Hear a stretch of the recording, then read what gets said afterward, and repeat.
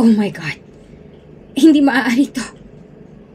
Bulalas ni Aiko sa kanyang kaibigan si Sally nang makita ang bago nilang acting CEO. Aiko, may problema ba? Nagtataka namang tanong ni Sally sa kanyang kaibigan. Sally, yung bago nating CEO. Siyang kinukwento ko sa'yo na sukahan ko nung isang gabi sa bar. Sagot naman ni Aiko, na lalong ikinagulat naman ni Sally. What? Kung bago ka pa lang sa channel na ito, Ate Jane TV, huwag kalimutang pindutin ang notification bell and subscribe button. Sana po hindi naman malaking abala sa inyo ang pagpindot ng subscribe button dahil ang kapalit po nito ay ang pagsuporta para makapag-produce ng mga libreng stories sa mga channels ni Ate Jane. Maraming salamat!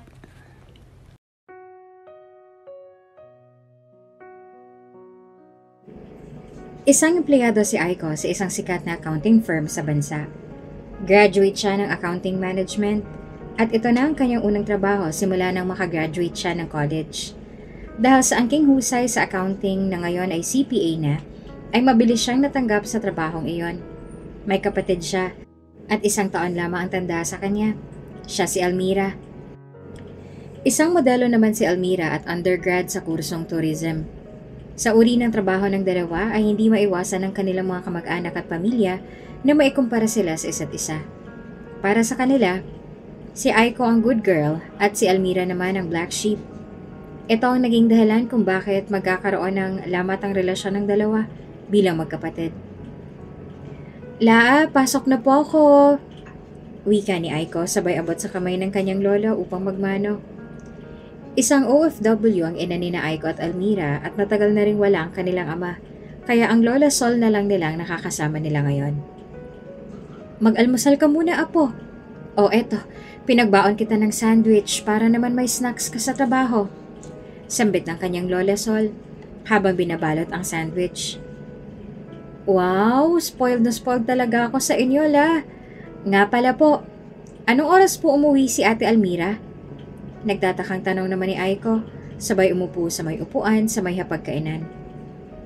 Hay nako, buti nabanggit mo. 3:00 na naman ng madaling araw umuwi ang kapatid mo. At lasing na naman. Hindi ko na talaga alam ang gagawin ko dyan sa kapatid mo. Wala nang pinapakinggan. Ilang beses ko na yung pinagtakpan sa mami niyo. Pero sa susunod ay isusumbong ko na talaga siya. Dati-rati na may nakikinig siya sa akin. Ngayon ay hindi ko na maputol ang sungay. Baka sakaling makinig yan sa'yo, Aiko. Wala na akong masasabi riyan. Wika ng kanyang Lola Sol. Ganon po ba? Hindi rin naman po yan nakikinig sa akin, Lola eh. Pero susubukan ko pong kausapin. Baka nga sakali pong makinig. Sagot naman ni Aiko. Maging si Aiko ay nag-aalala na rin sa mga ginagawa ng kanyang kapatid. Simula kasi nang mamatay ang kanilang ama ay bigla na lang din nagbago ang pag-uugali ni Almira. Iniisip niya na wala siyang kakampi dahil sa kanilang dalawa ay si Almira talaga ang daddy's girl. Samantala, nakatayo na pala si Almira sa kanilang likuran at tila naparinig niya na ang pinag-uusapan ng dalawa. Ako bang pinag-uusapan ninyo? Tanong ni Almira sa dalawa at saka kumuha ng tubig. Pasensya na ha. Inabot kasi ako na madaling araw sa photo shoot for a magazine. Nagkahayaan na mag-club, kaya wala na ako nagawa. Sumama na ako. Kaya wala sanang judgmental? Sige, mauna na po ako. May photo shoot ulit ako. Makahulog ang sabi ni Almira. Napatingin na lamang sina Aiko sa ikinilos ng kapatid. Tila wala pang ang tulog ang itsura ni Almira. Nakalat pa sa ilalim ng mata ang itim na eyeliner at magulo pa ang buhok. Aalis ka na naman? Hindi ka pa nga ata natutulog eh. Anas naman ng kanyang Lola Sol. Pagkainom ni Almira ng tubig ay siya kanya ibinaba ang baso sa may mesa. La, wag na kayo magpanggap na concern kayo. Dahil narinig ko lahat ng sinabi niyo kanina. Nakangising sabi ni Almira sa matanda.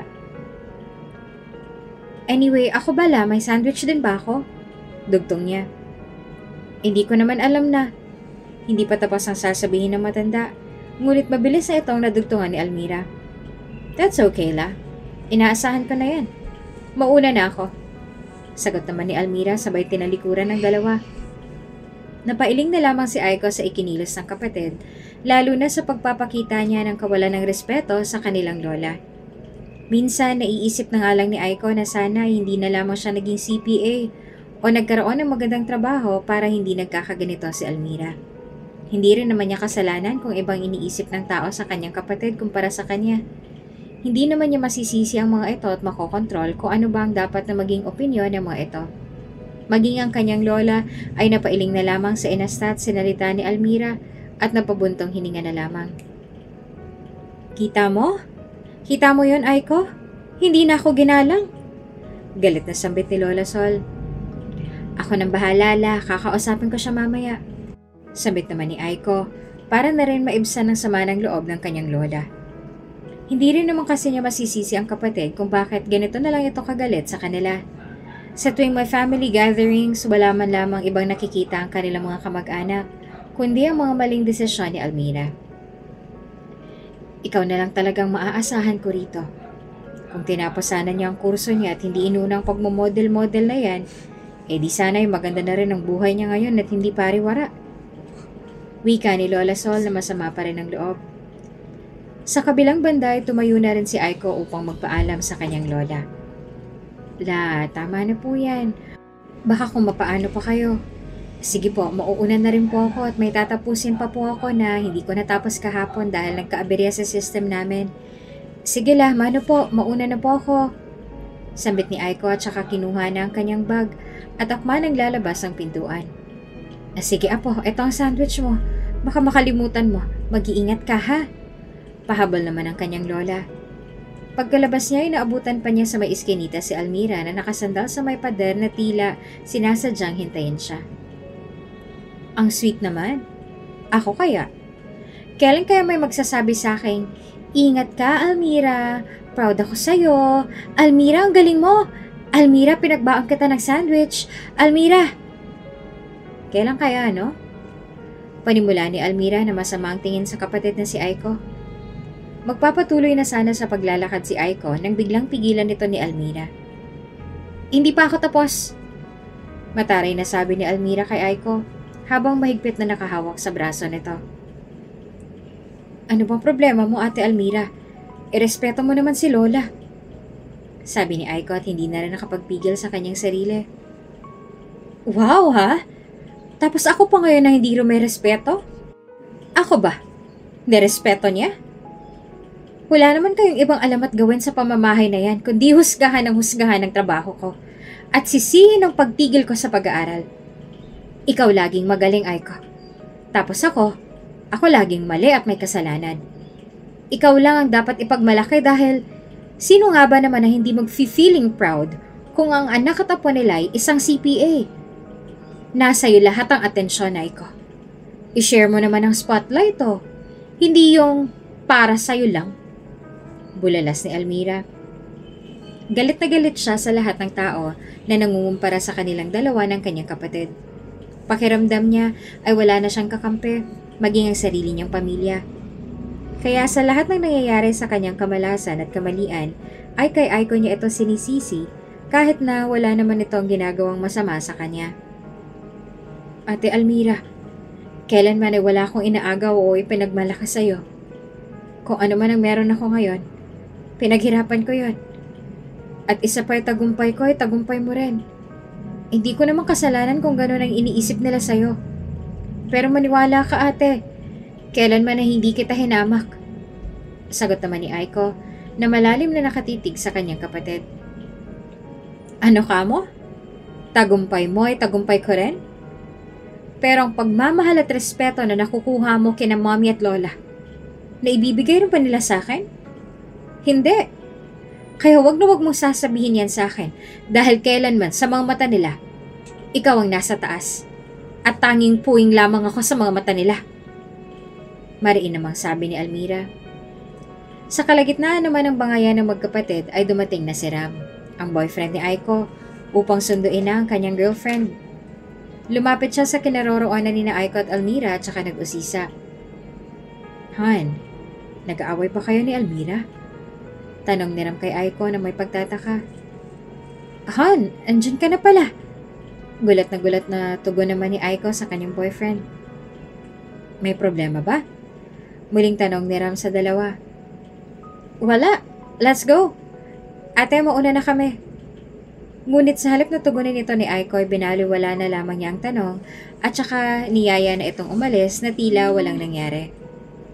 Wala na rin naging reaksyon si Almira dahil kung malaman nga ni Ram na nagtatalo ang dalawa ay paniguradong iisipin nito na si Almira na naman ang may kasalanan at nagsimula. Papasok ka na rin ba sa trabaho, Almira? Sabay ka na sa amin. Tanong ni Ram kay Almira at nakatayo pa rin doon. Sa tanong na iyon, ay hayagang gumaling ng tingin si Almira kay Aiko at tila sinasadyang magpaalam dito. Pwede ba? Aiko? Pangiinis pa ni Almira. Wala na rin namang nagawa si Aiko kaya pinaunlakan na rin niyang kapatid. Oo naman. Halika na. Wika pa ni Aiko kay Almira at tuluyan na siyang pumasok sa loob ng sasakyan. Thank you, sister. Sagot naman ni Almira na animoy nang aasar pa. Tahimik lamang sila sa biyahe. Kaya inion na lamang ni Ram ang music para mapawi ang awkwardness sa pagitan ng magkapatid. Aminin man nila o sa hindi ay ramdam ni Ram na kagagaling lamang sa away ng dalawa. At dahil ayaw niyang maghimasok sa problema ng dalawa ay hindi na lamang siya nag-usisa pa, tumahimik na lamang. Ilang oras din ang naging biyahe nang makarating na sila sa gusaling pinagtatrabahuhan ni Aiko. Bye hon, ingat kayo ha? I love you. Call me kapag nasa office ka na. Sambit ni Aiko kay Ram at saka hinalikan nito sa labi. Napapatingin lamang naman sa likod si Almira na animoy hindi nagugustuhan ang nakikita at asiwang-asiwa sa inaasta ng dalawa. Okay hon, I love you. I'll be here at 6. Una na kami. Tugon naman ni Ram. Bye ate. Pahabol ni Aiko at tuluyan ang bumaba ng sasakyan. May ilang kilometro pa ang layo ng studio na pinagtatrabaho ni Almira mula sa opisina ni Aiko, kaya habang nasa biyahe ay sinamantala na ng babae na mag-usisa kay Ram. Ang tagal niyo na rin ni Aiko, no? Tanong ni Almira. Oh, yes. Gusto ko na nga siyang pakasalan eh. Nakangiting sagot naman ni Ram at ikinasimangot naman ang mukha ni Almira. Nasa kolehiyo pa lamang ay may lihim ng pagtingin si Almira kay Ram. Dahil nasa iisang universidad lamang sila, ay laging nagpapapansin dito si Almira. Ngunit ang gusto ni Ram ay si Aiko. Doon din nagsimulang magtanim ng sama ng loob si Almira sa kapatid. Dahil lahat ng nagugustuhan niya, ay laging si Aiko na lang ang gusto. Ngunit magpaganon pa man, hanggang sa maging magkasintahan na sina Aiko at Ram, ay nanatili pa rin ang lihim na pagtingin ni Almira para kay Ram. Wow! Ako kaya? Kailan kaya ako makakahanap ng katulad mo? Pabirong sabi pa ni Almira, ngunit sa loob-loob niya ay seryoso siya sa tanong na yon. Nako, nag-iisa lang ako, Almira. Wala ka na matatagpuan pa na katulad ko. Sagot naman ni Ram sabay na pangiti. Kaya nga eh. Kung pwede lang nahatian ko si Aiko, nagawa ko na. Makahulog ang sagot naman ni Almira. Bahagya namang napatingin sa kanya si Ram at nagsalubong ang dalawang kilay. Huh? Nagtatakang tanong naman ni Ram. Bigla namang napatawa si Almira ng malakas, sabay hampas sa balikat ni Ram. Biro lang, nag-react ka naman kaagad. Siyempre, maaagaw ba naman kita ron? Eh alam ko namang mahal na mahal mo yung kapatid kong yon. Kahit sobrang boring. Sabi ni Almira, sabay irap kay Ram at sumandal na lamang sa kinauupuan sa may backseat. Napangisit na pailing na lamang si Ram sa sinabi ni Almira. At saka mabilis namang ipinagtanggol si Aiko. Hindi naman boring. Talagang mahinhin lang si Aiko. At yun din ang nagustuhan ni na mommy sa kanya. Paliwanag naman ni Ram kay Almira. Pero mag-iingat ka pa rin. Sabi nga nila, ang mga mahinhin ay laging nasa loob ang kulo. Pahaging nasabi naman ni Almira kay Ram laban sa kanyang kapatid na si Aiko. Seriously, Almira? Nasasabi mo yan sa kapatid mo? Napakunot naman ang noon ni Ram sa narinig na iyon wala sa sariling bibig ni Almira. Wala naman kasi siyang alam tungkol sa pinagdaraanan ng magkapatid, kaya ay gano'n na lamang ang kanyang naging reaksyon. Alam mo, ikaw, masyado ka talagang mapagpatol. Biro lang ulit yon, syempre. Ikaw talaga. Saad pa ni Almira, para mapagtakpan lamang ang kanyang tunay na nararamdaman. Ilang sandali pa'y narating din nila ang studio na pinagtatrabahuhan ni Almira. Diyan na lang ako, Ram, sabi ni Almira kay Ram. Itinabi naman ni Ram muna ang sasakyan sa may gilid. Okay, wait, itabi ka lang, wika ni Ram. Thanks, Ram, pagpapasalamat ni Almira kay Ram. Welcome, tugon naman ng lalaki. Ngunit bago pa man siya makababa ng sasakyan, ay muli itong humirit kay Ram. Ako ba? Hindi mo ba ako susunduin mamaya? Tusong tanong ni Almira, pero hindi na lang ito binigyan ng kahulugan ni Ram, bagkus ay binaliwala na lamang ito. Baliw, sabi niya kay Almira. Sige na nga, bye na, ingat ka. Pagpapaalam ni Almira, tuluyan ang bumaba ng sasakyan. Sa sobrang focus at abala sa trabaho ay hindi na namalayan at naalala ni Aiko na ngayong araw na ito ay anniversary nila ni Ram. Sinadya ni Ram na hindi batiin si Aiko dahil sa isip niya ay baka pinaprank siya nito. Kaya naman kahit lumipas ng maghapon ay tiniis niyang hindi batiin ang kanyang kasintahan. Wala pang 6:00 hapon ay tumawag na si Aiko kay Ram. Han? Sabi niya sa kabilang linya. Yes, Han, may problema ba? Nagtatakang tugon naman ni Ram. Sa loob niya ay baka babatiin na siya ng kanyang nobya. Baka overtime kami mamaya until 9 or 10 p.m. Saad ni Aiko sa malungkot na tono. Nagbago naman ang timpla ng reaksyon ng mukha ni Ram na kani-kanina lamang ay excited pa para sa inaasahang pagbati ng kanyang nobya. OT ulit? Parang napapadalas yata ang OT mo ngayon . Hindi ba pwedeng sa ibang araw na lang? Sagot naman ni Ram. Hindi they need me here, Han. Ako nga ang chief accountant kaya hindi dapat ako mawala. May babaguhin kasi sa system kaya kailangan naming maayos kaagad bago mag-end of month. Paliwanag naman ni Aiko. Ayaw man niyang mag-overtime ay wala siyang choice dahil siya ang head ng accounting department at kailangan siya para sa gagawing pagbabago sa system. Pero Han, mahalagang araw na to ngayon, sambit ni Ram sa kanyang nobya. Nagtaka naman sa kabilang linya si Aiko. Ha? Tanong niya sa kanyang nobyo. Huminga ng malalim si Ram bago nagsalita. It's our anniversary, nakalimutan mo? Sabi niya kay Aiko. At tama nga hinala niya na nakalimutan ito ng kanyang nobya. Nanlamig naman ang itsura ni Aiko sa narinig niya iyon at nakaramdam ng hiya. Bagya siyang napaisip at inalala kung ano nga bang petsa ngayon at nang mapagtantong anibersaryo nga nila ngayon ay kaagad siyang nagsorry kay Ram. Oh my God, sabi ni Aiko. You forgot? Diretsang tanong naman ni Ram sa kanya. I'm sorry, Han. Ang tanga ko naman. Bakit ko nakalimutan yon? Babawi ako sa'yo bukas, Han. Promise. Okay lang ba? Utal na po umanhin ni Aiko kay Ram. Sa tinagal-tagal na nilang magkasintahan, ay ngayon lamang niya nakalimutan ang espesyal na okasyon na ito. Simula nang ma-promote kasi siya bilang chief accountant sa kanyang pinagtatrabahuan, ay dumami na rin ang responsibility niya at naging kaunti na lamang ang oras sa sarili, maging sa relasyon nilang dalawa ni Ram. Sa sagot namang iyon ni Aiko, ay tila sumama naman ang loob ni Ram at nagtampo.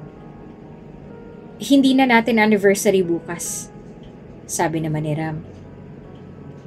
Di magbe-break ako kahit 1 hour. Ngayon?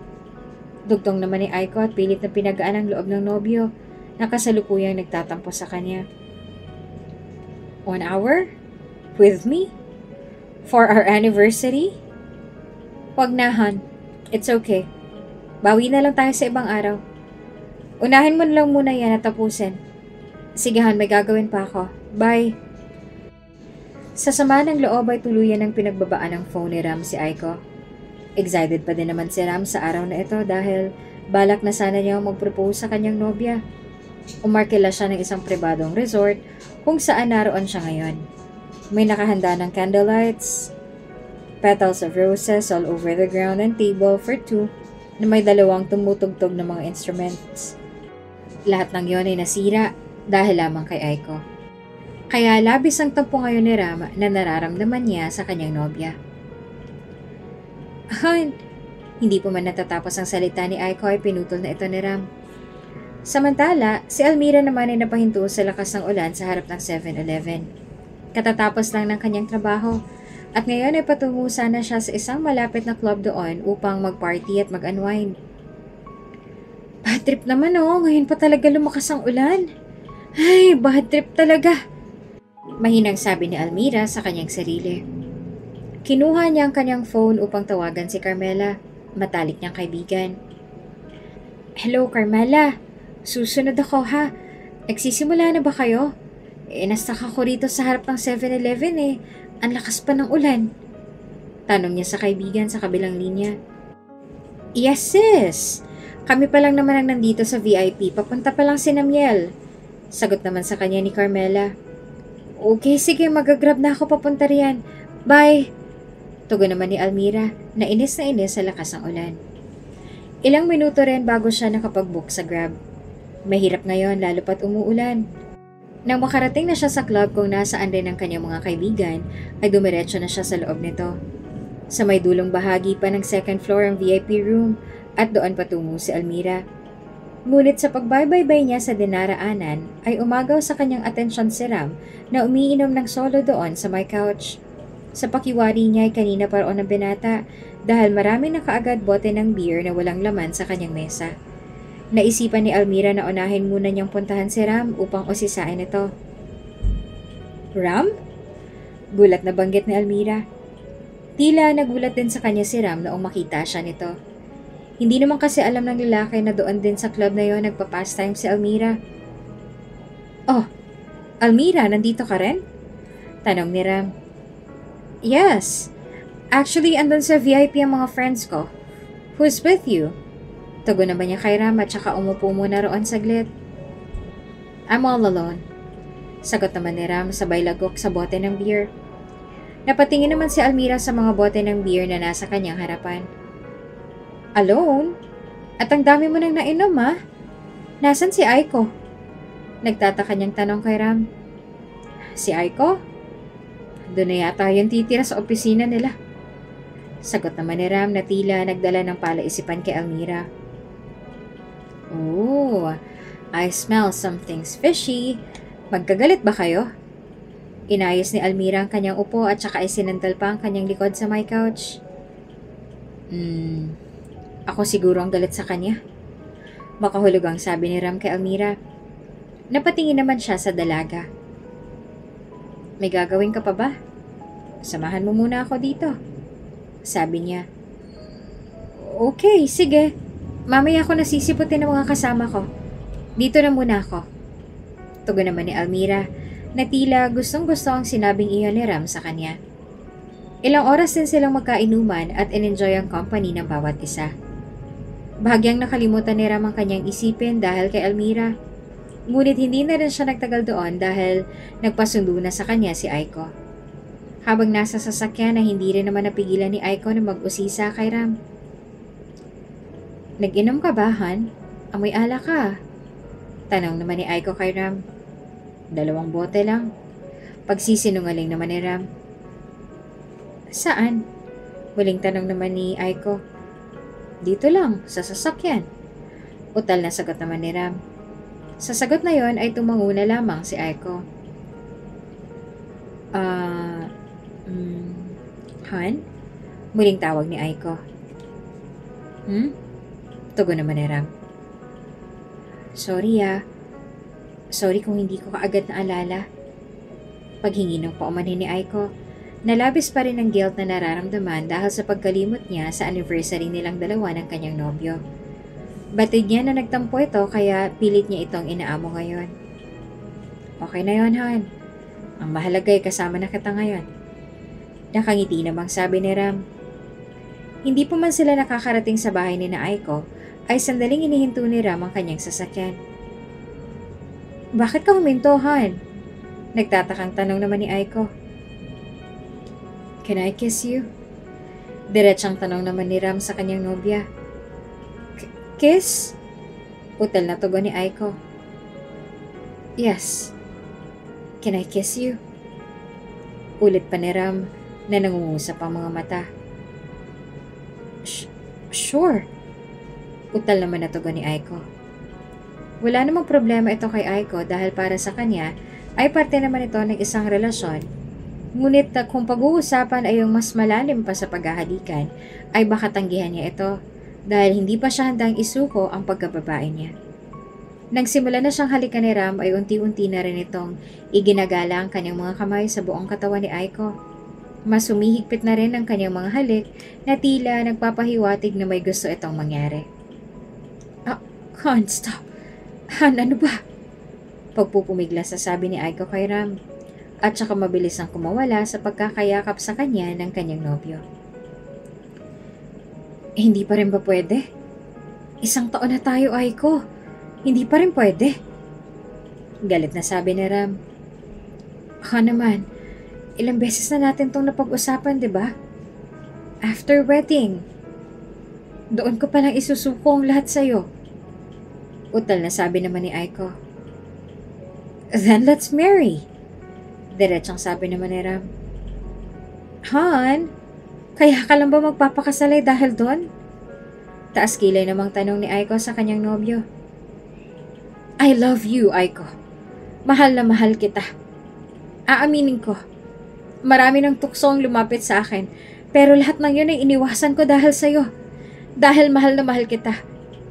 At kung papakasalan man kita, sinisigurado ko sa iyong hindi iyon ang habol ko. I want you to be mine. With so much assurance, Aiko. Minsan naiisip ko nga, mahal mo ba talaga ako? Kasi parang hindi ako mahalaga sa iyo eh.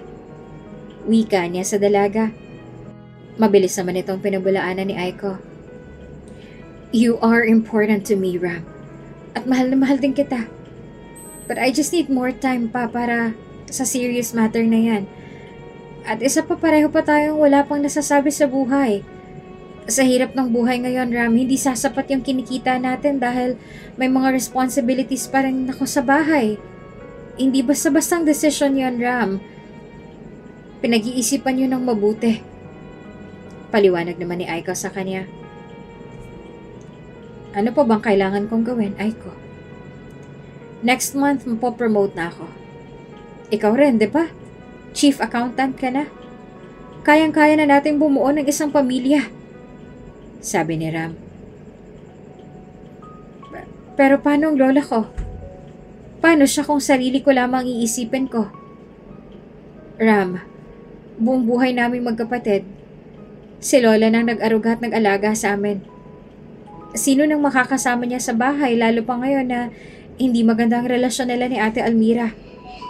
Siyempre kapag naging mag-asawa na tayo, kailangan na rin nating bumukod. Paano si Lola? Matanda na siya at nagiging sakitin na. Mas kailangan niya ako ngayon. Wika naman ni Aiko. At tila may punto rin naman si Aiko sa mga sinabi niyang iyon dahil siya na lamang ang tanging maaasahan ng kanyang ina na mag-alaga sa kanilang lola dahil wala naman silang maaasahan kay Almira. Kaya ito rin ang matagal nang pinapaliwanag ni Aiko kay Ram na hindi naman maunawaan ng binata. Isa pa ay hindi pa sapat kay Aiko ang 1 taon para magpakasal. Ni hindi pa nga ito dumadalaw sa kanila para kunin ang loob ng kanyang lola. Kaya masasabi niyang hindi pa rin nila lubusan kilala ang isa't isa. Paano naman ako? Hindi ba ako mahalaga sa'yo? Isama mo naman ako sa mga pangarap mo, Aiko. Ang unfair mo naman eh. At isa pa, huwag mo naman akuin lahat. May personal na buhay ka rin at dapat yun ang pinagtutuunan mo ng pansin. Sagot naman sa kanya ni Ram. Walang patutunguhan ng usapan nating to, Ram. Kung sarado ng puso't isipan mo, I gotta go. Umuwi ka na rin. Mag-iingat ka. Dahil wala namang patutunguhan ng usapan na iyon, ay minarapat na lamang ni Aiko na umuwi na at wag na lamang makipagtalo pa kay Ram. Kahit sa kabilang poste pa ang bahay ni na Aiko ay nilakad na lamang niya ito. Dahil baka kung ano pang masasakit na salita ang mabitawan nila sa isa't isa. Aiko! Aiko! Pahabol pa ni Ram, ngunit hindi na siya pinakinggan pa ng nobya. Samantala, Nang makauwi na siya ay nadatnan niya muli roon si Lola Sol na matyaga pa rin siyang hinihintay. Iha, bakit parang ginabi ka yata ngayon? Kumain ka na ba?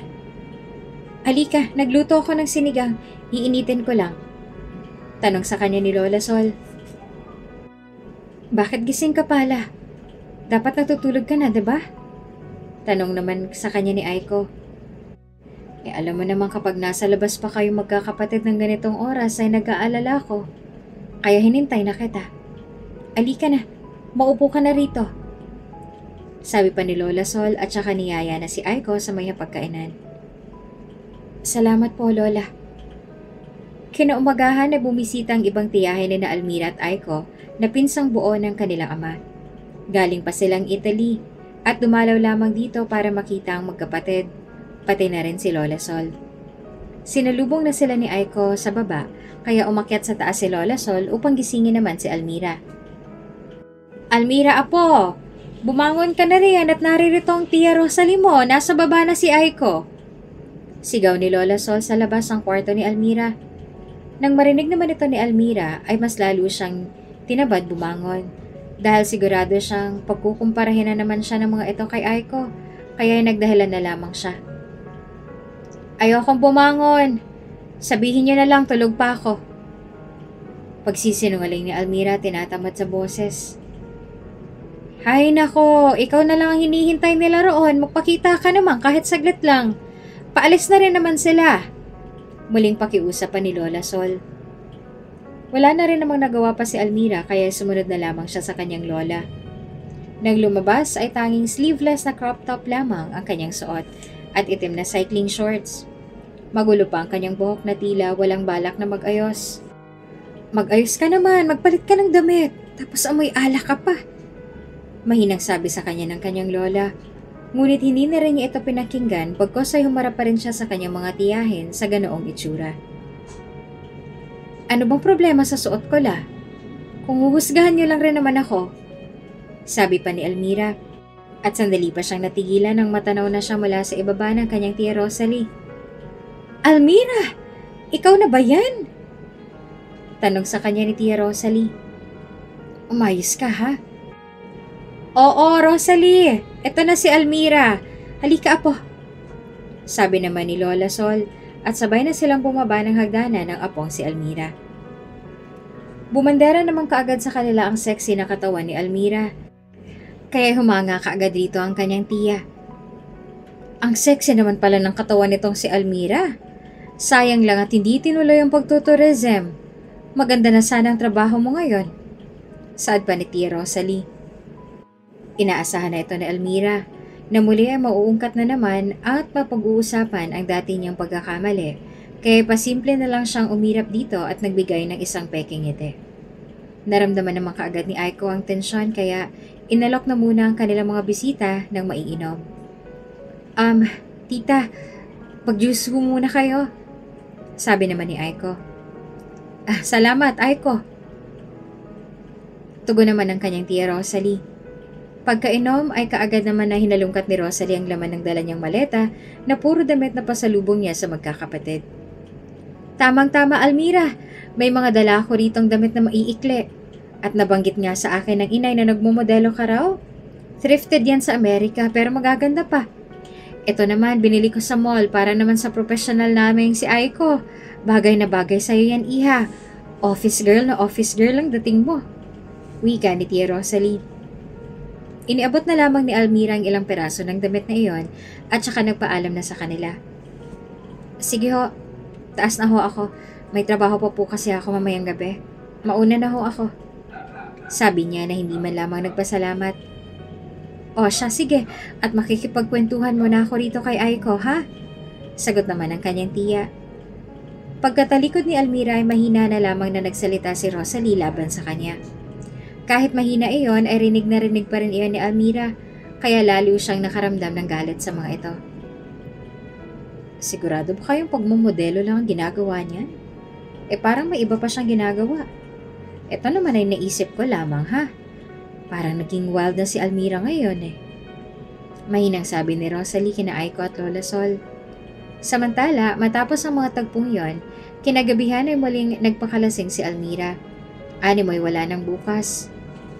Woo! Ang sarap mag-party! Sigaw ni Almira habang nagwawala na sa kasasayaw sa dance floor. Hoy! Ang wild mo ngayon, ha? Malakas na sabi naman ng kanyang kaibigan na si Carmela. Hindi na sila magkarinigan sa loob ng bar na yon dahil sa lakas na ng tugtugan at hiyawan ng mga tao na naroroon. I'm always wild, Carmela. Alak pa! Sagot naman ni Almira habang gumigiling-giling pa. Sa kabilang banda ay inagaw muli ni Carmela ang atensyon ng kaibigang si Almira upang sabihin ang kanyang nakikita ngayon. Sis, parang kanina patingin ang tingin sa'yo yung lalaking yun, no? Mukhang type ka yata. Sabi pa ni Carmela, sabay turo sa lalaki. Which one? Nanliit naman ang mga matang tanong ni Almira habang sinusundan ang direksyon ng tingin ni Carmela.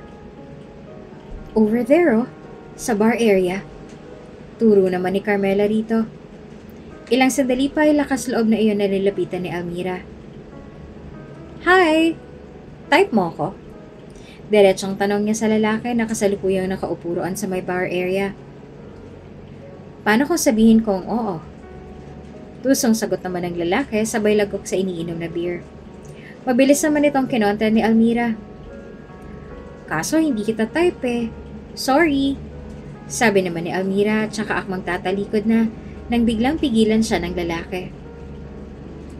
Ang arte mo ah. Magkano ka ba? Galit na tanong ng lalaki na tila napahiya sa sinabi at inasal na iyon ni Almira. Aba bastos ka.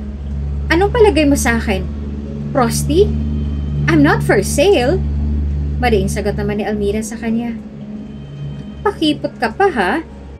Sagot naman ng lalaki at mas lalo pa niyang hinigpitan ang pagkakahawak sa braso ng babae.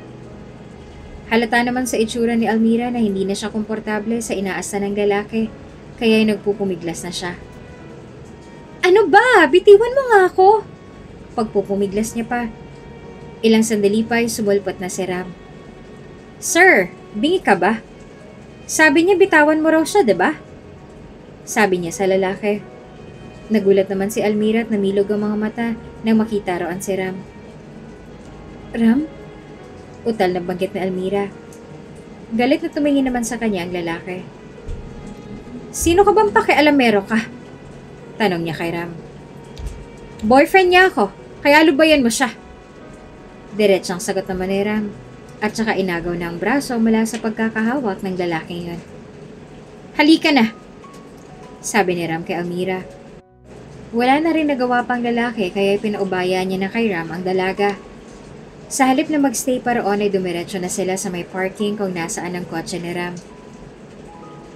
Hoy, bakit mo ginawa yun? At saka bakit andito ka? Hinahanap mo ako, no? Tuloy-tuloy na tanong ni Almira kay Ram.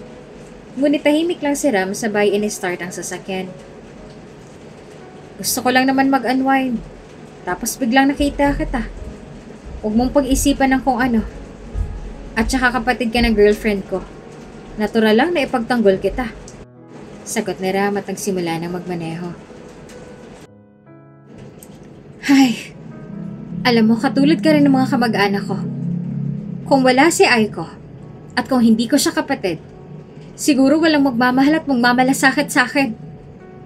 Sabi naman ni Almira sabay na pasandal sa kanyang kinuupuan. Nagtaka naman si Ram sa sagot niya iyon ni Almira. May pinagdadaanan ka ba? Kunot noong tanong sa kanya ng lalaki. Lagi naman eh. Hanggat nariyan si Aiko, hindi mawawala mga insecurities at isipin ko. Lagi na lang akong kinukumpara sa mga naaabot ni Aiko. Kesyo, sayang daw ako dahil bumagsak lang ako sa pagmamodelo. Kesyo, mas magaling daw si Aiko. Mas proud sila kay Aiko. Si Aiko ang perfect at mabait, tapos ako naman suwail at black sheep. Alam mo ba, Ram? Pag ganito-ganito lang ako. Pero ang sakit-sakit na. Nasasaktan din ako. Simula nang mawala si Daddy, nawalan na rin ako ng kakampi. Hindi nila naiintindihan ang dahilan kung bakit nagkandaletse-letse yung pag-aaral ko. Si Daddy na nga lang nag-iisang nakakaintindi sa akin. Nawala pa. Maluhaluhang sabi naman ni Almira at tuluyan ang naglabas ng sama ng loob kay Ram. You can cry, sige lang, ilabas mo yan. You can express your feelings freely and release the pain. You can even use my shoulder. Nakaramdam naman ng awa si Ram sa mga sinabing iyon ni Almira na tila ay malalim na nga ang pinaghuhugutan. Thank you, Ram. Pasasalamat naman ni Almira. Nabaling naman ang kanyang atensyon sa binata. Anyway, ikaw, bakit ka nasa club kanina? Magkagalit na naman ba kayo ni Aiko? Usisa pa ni Almira. Nagkaroon lang kami ng kaunting misunderstanding last night. Tugon naman ni Ram. Okay lang ba na malaman kung anong misunderstanding na yon? Muling tanong naman ni Almira. Niyaya ko siyang magpakasal. Pero she's not ready pa daw. Pag-amin naman ni Ram, nahalata pa rin dismayado sa nangyari. Ha? Ang gaga naman nun. Sabi mo nga nag-iisa ka na lang sa mundo. Tapos ayaw niya pang i-grab. Ay, sabi ko sa'yo workaholic yun. At mas mahal na ng trabaho kaysa sa'yo. Mariing sagot naman ni Almira kay Ram. Medyo napapagod na nga ako . Sorry ha, dahil kailangan mo pang marinig to. You're still her sister. Pero minsan napapagod din ang puso . Minsan, kine-question ko rin kung mahal nga ba niya talaga ako. Wika naman ni Ram. Huwag ka nang malungkot, andito naman ako. You can count on me. Bakit ba kasi hindi na lang ako ang minahal mo? Muling makahulog ang biro pa ni Almira kay Ram. Kaya napatingin naman sa kanyang binata. Biro lang, sagot naman ni Almira. Ilang sandali pa narating na rin nila ang bahay na Almira. We're here, pasok ka na. Utos na Ram. Ram, pwede bang akayin mo muna ako hanggang sa kwarto? Feeling ko kasi matutumba na ako . Pakiusap naman ni Almira. Sigurado ka? Baka gising pang lola mo at si Aiko. Baka kung ano pang isipin ng mga yon. Wika naman ni Ram na may pag-aalala. Ngunit sadyang tuso ang babae kaya nagpumilit pa rin sa kagustuhan niya. Tulog ng mga yon sa oras na to. Sige na please Ram. I can't walk na rin. Pagpupumilit niya pa sa lalaki. Wala na rin namang nagawa pa si Ram kaya inalalayan niya na si Almira patungo sa kwarto nito na halos katabi lamang ng silid ni Aiko. Alas 8 pa lang ng gabi noon kaya hindi pa rin tulog si Aiko ng mga oras na yon. Okay, come here. Sabi ni Ram at saka inalalayan na si Almira. Nang makapasok sila sa loob ay tahimik at marahan nilang binaybay ang hagdanan patungo sa kwarto ni Almira. Nang makapasok sila roon ay mabilis niyang hinalikan si Almira sa kanyang mga labi. Almira! Mahinang sabi ni Ram at mabilis na kumalas kay Almira. I love you, Ram. Ako na lang kasing mahalin mo. Sabi ni Almira habang nakahawak sa mukha ng binata. Almira, mali to! Wika ni Ram. Walang mali. Sa taong nagmamahal, Ram. Sagot ni Almira. At tuluyan na ang may nangyari sa kanilang dalawa. Dahil sa kasabikan ay hindi na nila namalayang nakapinid lamang ang pinto, kaya nang lumabas si Aiko sa kanyang silid, ay nakita niya kaagad ang mga ito. At doon ay bumagsak ang kanyang mga balikat at nagulat sa kanyang nakita. Ram? Ate Almira? Gulat at maluhaluhang sambit ni Aiko sa dalawa. Napabalikwas naman ng dalawa lalong-lalo na si Ram. Aiko! Sabi niya. Walang hiya kayo. Walang hiya ka, ate. Paano niyo nagawa sa akin to? At doon ay tuluyan ng lumuha ang mga mata ni Aiko. Susugurin sana ni Aiko ang kapatid, ngunit bigla siyang naitulak ni Ram. Tama na, Aiko! Sigaw pa ni Ram. Bigla namang lumabas rin si Lola Sol sa kanyang silid at tinungo na ang mga ito. Ano bang nangyayari dito? Tanong ni Lola Sol. Napatingin naman si Lola Sol kay Almira na ang tanging sablot na lamang ay ang kanyang kumot na nakatakip sa kanyang katawan. Almira, ano to? Nagtatakang tanong ni Lola Sol kay Almira. Yumuko na lamang si Almira at hindi na lamang sumagot. Habang si Ram ay nagsuot na ng kanyang saplot at saka hinabal si Aiko na kumaripas ng takbo palabas. "Please, Aiko, let me explain. Maling iniisip mo!" Sigaw ni Ram habang habol-habol palabas ng bahay si Aiko. "At ano ang tama, Ram? Ano? Porke ba't ayaw kong magpagalaw sa'yo ay hahanap ka na ng iba? Kung mahal mo talaga ako, makakaya mong maghintay. Sinira mong tiwala ko sa'yo. At sa kapatid ko pa, ha?" Umiiyak at mariing sabi ni Aiko kay Ram. "Patawarin mo ko, Aiko. Dala lang yun ng alak. Pero wala akong nararamdaman para kay Almira. Ikaw ang totoong mahal ko, Aiko. Please, maniwala ka." Pagmamakaawa naman ng lalaki. "Umalis ka na. At wag na wag ka na magpapakita pa sa akin." Bulalas pa ni Aiko. "Aiko, please." Muling pagmamakaawa ni Ram. Ngunit ayaw na siyang pakinggan pa muli ng dalaga. "Umalis ka na!" Sigaw ni Aiko, tuluyan ng umalis si Ram. Samantala, sa bahay naman ng mga De La Fuente na nagmamay-ari ng sikat na accounting firm na pinagtatrabahuhan ni Aiko, ay seryosong nag-uusap ang mag-amang Mr. Simon at Justin. "Justin, prepare yourself. Dahil by next week ay papakilala na kita sa kumpanya bilang new acting CEO. Kaya ngayon pa lamang, iwanan mo na yung alak at barkada. Dahil isang seryosong responsibilidad na ito. Huwag ka nang tumanggi. Dahil this time ay wala ka ng choice. Kaya sinasabi ko sa'yo noon pa lamang na mag-focus ka sa business at studies mo. Dahil sooner or later ay ikaw nang magpapatakbo ng buong kumpanya." Wika ni Mr. Simon De La Fuente, ang ama ng nag-iisang tagapagmana ng De La Fuente Corporation na si Justin De La Fuente. Happy-go-lucky at friend is life ang status ng buhay ngayon ni Justin. Wala sa puso niyang pagpapatakbo ng negosyo dahil para sa kanya ay ito ang pinaka-boring na gawin, ngunit wala siyang choice dahil solong anak lamang siya, kaya siya lang may karapatang sumambot ng mga tungkulin at responsibilidad kapag wala ng kakayahan ng kasalukuyang CEO na patakbuhin ito. Babaero at umikot lamang sa pagbabar at pambababae ang buhay ni Justin.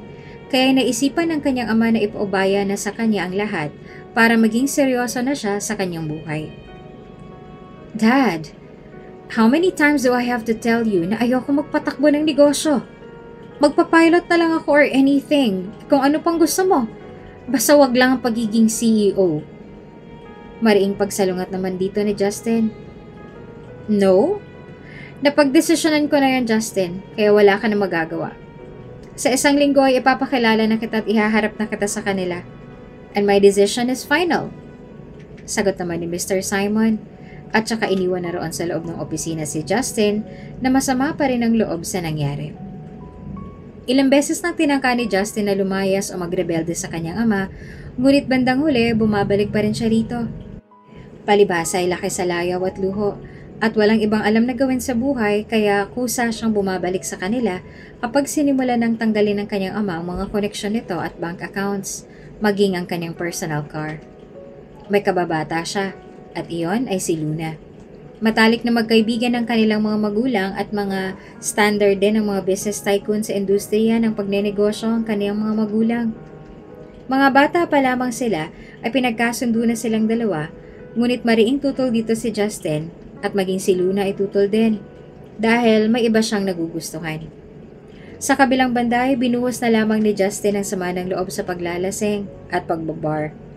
Nagtungo siya sa bar na lagi niyang pinupuntahan na halos luhod samba na ang gawin sa kanya ng mga tao roon, lalo ng mga kababaihan. Ngunit magpaganon pa man ay wala pang babayang naglalakas loob na lumapit sa kanya at magpakilala o kausapin man lamang siya dahil likas na suplado si Justin. Tanging si Luna lamang ang babaeng nakakalapit sa kanya at wala nang iba. "Bro, bakit mukhang bad trip ka na naman?" tanong ni Luke, kaibigan ni Justin. "Bad trip si Dad eh. He's starting to manipulate my life again." Masamang loob na sagot ni Justin, habang hawak ang bottle of beer at nakamasid sa mga babaeng nagsisimula ng maging wild na nagsasayaw sa dance floor. "Why? Magiging CEO ka na talaga?" Tatawa-tawang tanong ni Luke. Napalingon na lamang sa kanya si Justin at saka sinamaan ito ng tingin. What the hell is funny? It's a curse, Luke, and I hate it. Sabi ni Justin sa kaibigan sabay irap. Easy, dude. Alam mong dapat natin gawin. Shot na lang natin yan. Shot pa. Kasabay ng malakas na tugtugan ng hiyawan naman ng mga tao doon sa loob ng bar. Walang pakialamanan, ngunit sa isang lalaki lamang nakafocus ang tingin ng mga kababaihan at iyon ay kay Justin. Kahit wala itong ginagawa, ay tila nabibihag niya na kaagad kung sino man ang magkamaling mapatingin sa kanya. At isa na doon, si Aiko. Dahil sa labis sa sama ng loob ni Aiko, ay nagpalipas siya ng oras sa bar, kahit hindi naman niya talaga ito ginagawa. She wants to release the pain and forget her feelings of being cheated and hurt. Sa sobrang kabaitan niya ay lagi siyang naaabuso, naluloko. Kaya this time, she wants to come out with her shell and enjoy being alone, without Ram, anymore. Habang nagsasayaw sa dance floor, tila may tama na rin ang alak ay hindi maiwasan ni Aiko na makinig sa usapan ng ilang kababaihan na nasa kanyang paligid. Ang gwapa talaga ni Justin, ano? Sabi pa ng isang babae. Kaya nga kaso suplado. Pero ayos lang kasi gwapo naman. Sagot naman ng isa. True, kaya nga halos gabi-gabi ako narito sa bar dahil sa kanya. Wika naman ng isa na kilig habang nagsasayaw at nakatitig kay Justin. Dala na rin ng tama ng alak ay palihim na sinundan ni Aiko ang direksyon ng tingin ng mga babaeng yon kung sino bang tinutukoy nila. Nang masimpatan niya kung sino iyon ay bigla siyang naglakas ng loob na puntahan si Justin na tila wala na sa kanyang sarili. Dahil sa second floor pa yon ay kinailangang akyatin ni Aiko ang mahabang hagdanan kahit unti-unti na siyang nawawala ng balanse. Pilit niyang hinahawi ang mga taong madadaanan niya na walang kamalay-malay na pinagtitinginan na siya ng mga taong nandoon. Matagumpay niyang narating ang harapan ng VIP room at doon nakita niya agad si Justin dahil sa babasagin ng buong silid na iyon. Nagtaka naman si Justin sa ikinikilos ni Aiko at tila hinihintay ang susunod nitong gagawin. Papasukin mo ako! Utos ni Aiko sa bouncer sa lasing na boses. Hindi kami basta-basta nagpapapasok dito hanggat walang permiso ni Sir Justin. Sino ka ba? Matapang na sagot naman ng bouncer na nakahalukip-kip ang mga matitipon ng mga braso. Hindi mo ba ako nakikilala? Ako ang Chief Accountant ng De La Fuente Corporation, ang pinakamalaking accounting firm sa bansa. Ibig sabihin, ako nagko-compute ng mga pasahod ng buong empleyado ng DF Corporation. Kaya papasukin mo ko. Dahil may business ako dyan. Dyan, sa lalaking yan. Papikit-pikit pa ang mga mata ni Aiko na tila hindi na alam ang ginagawa. Nagsalubong na rin ang kilay ni Justin at napapaisip kung ano bang nangyayari sa labas. Dan, anong nangyayari dyan? Sigaw ni Justin sa bouncer. Iniwan saglit ng bouncer sa labas si Aiko at saka lumapit kay Justin. Boss, may business daw siyang kailangan sa inyo. Chief Accountant daw siya ng DF Corporation. Pero mukhang lasing na lasing ng babae Sambit naman ng bouncer sa kanyang boss na si Justin. DF Corporation? Taas kilay na tanong ni Justin habang pinagmamasa ng babae sa malayo na nakatuon na ang noo sa may pintuan ng VIP room. At kaunting ihip ng hangin na lang ay siguradong babagsak na ito. Sige, papasukin mo. Ikinagulat naman ito ng bouncer dahil sa kauna-unahang pagkakataon ay may pinuundakang babae doon sa loob si Justin, kaya pagkasabing yon ay kaagad na siyang sumunod dito. Miss, pumasok ka na raw, sabi pa ng bouncer kay Aiko. Sa mga oras na yon ay tila nagulat ang mga babaeng nasa dance floor na kani-kanina lamang ay nag-uusap tungkol dito. Hindi sila makapaniwalang i-entertain ni Justin si Aiko na nakasuot pa ang kanyang accountant uniform. Nasabi ng iba ay para raw manang. Pagkapasok sa loob ni Aiko ay pagewang-gewang na siyang naglakad patungo sa harapan ni Justin. Hoy! Panimula ni Aiko nang marating niya ng harapan ng binata. Pinagmasdan siya ni Justin mula ulo hanggang paa at napangisi lamang siya. So, what do you want from me? Taas kilay na tanong ni Justin sa dalaga. Wala akong kailangan sa'yo. Balita ko, babaero ka raw at laging nanloloko ng mga babae. Diretsang sabi ni Aiko. Napataas naman ang kilay ni Justin sa pagtataka. Anong pinagsasasabi mo? You're drunk. You better go home. At isa pa, hindi tinatanggap ang ganyang outfit dito sa bar. Wika naman ni Justin. Hindi na alam ni Aiko ang kanyang ginagawa at halata sa kanyang kilos at pananamit na hindi talaga siya sanay sa ganitong lugar. Ilang saglit pa ay bigla na lamang lumuha si Aiko. Ano? Boring din ako sa paningin mo. Pare-pareho kayong mga lalaki. Pare-pareho kayong mga manluloko at manggagamit. Binigay ko rin naman ang lahat Mahal naman kita. Pero bakit hindi ka nakahintay? At sa kapatid ko pa? Akala ko ba mahal mo ko? Pero bakit mo ako niloko? Bakit? Napaluhod na si Aiko sa kaiiyak at napasubsob na ang mukha sa babasaging mesa na nasa harapan ni Justin. Nagkatinginan na lamang sina Justin at Luke sa inaasta ngayon ni Aiko. Ngunit hindi pa doon nagtatapos ang eksena na Aiko. Kahit hindi niya na kaya ay pinilit pa rin niyang makatayo at ngayon ay umupo na siya sa tabi ni Justin. Hey, what are you doing? Sabi ni Justin na napabalikwa sa ginawa ni Aiko. Ilang segundo rin silang nagtitigan. Malalim na nakatitig sa kanyang mga mata si Justin na tila may kung ano sa kanyang puso na bigla na lamang abnormal na pumintig na mabilis. You're a cheater! Kaya itong dapat sa'yo!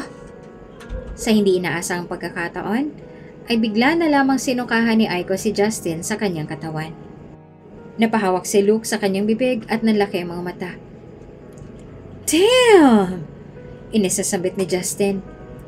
Tuluyan ang nawala ng malay si Aiko at napahiga na sa sofa ang kanyang kinauupuan. Dan, bring her to my car. Now! Galit na utos ni Justin sa bouncer at saka tumayo na at nagtungo palabas ang VIP room. Naiwan na roon si Luke na napangisi at napailing na lamang dahil tila nakahanap din ng katapat si Justin. Binuhat na ng bouncer si Aiko at isinutod na kay Justin patungo sa kotse nito. Iwan mo na kami. Utos pa ni Justin sa bouncer. Sir, saan po tayo? Tanong ng kanyang driver. Sa kondo. Tugon niya habang naiinis sa pinunasan ng suot niyang itim na long sleeve na sinukahan ni Aiko. Samantala, si Aiko naman ay mahimbing na natutulog na tuluyan ang nawala ng bisyo ng buong gabing yun. Napatingin na lamang sa kanya si Justin at napailing na lamang. Nang makarating sa kondo ay kaagad na nagtungo sina Justin sa kanyang suite at doon ay iniwan na ng driver si Aiko na nakalumpasay sa kama ni Justin. May ipag-uutos pa po ba kayo, sir? Tanong ng kanyang driver. Wala na, makakaalis ka na. Sagot naman ni Justin at tuluyan ng umalis ang driver. Nang sila na lamang ni Aiko ang nasa kanyang suite ay sandali niya itong pinagmasdan habang hinuhubad ang kanyang damit na nasukahan. What a poor girl. It seemed na niloko at pinagpalit. Mahinang sabi ni Justin sa sarili. Bigla namang umimik si Aiko na mababaw lang pala ang tulog. Hoy, cheater! Narinig ko yon, ha? Sagot ni Aiko sa tinatamad na boses habang feel na feel ang pagkakahiga sa kama ni Justin. Gising ka pa pala. Hoy, hindi mo ba alam kung magkano tong damit na sinukahan mo? Tanong ni Justin kay Aiko, pero tila nakikipag-usap lang siya sa hangin. Wala akong pakialam. Dapat lang yan sa'yo kasi manluloko ka. Magsama kayo ng Ram na yon. Mga manluloko kayo. Wika naman ni Aiko na galit pa rin sa nangyari sa kanila ni Ram. Sandali namang bumangon si Aiko at saka tumingin kay Justin. Muli niya itong tinitigan. Ngunit sa pagkakataong ito, ay half-naked na lamang si Justin. Kaya pakiramdam niya ay biglang nawala ang kanyang pagkalasing na makita niyang matikas at malaman itong mga kalamnan at dibdib. Ilang sandali ring nakapako ang tingin doon ni Aiko nang bumalik na ito sa ulirat tsaka umiwas na ng tingin. What? You wanna taste it? Panunukso pa ni Justin habang nakangisi sa dalaga. Binaling na lamang ni Aiko ang tingin sa paligid at saka utal na sumagot. Pagkain ba yan para matikman? At isa pa, Mukhang hindi naman masarap. Utal pa na sabi ni Aiko. Bakit hindi mo tikman para masabi mong hindi nga masarap?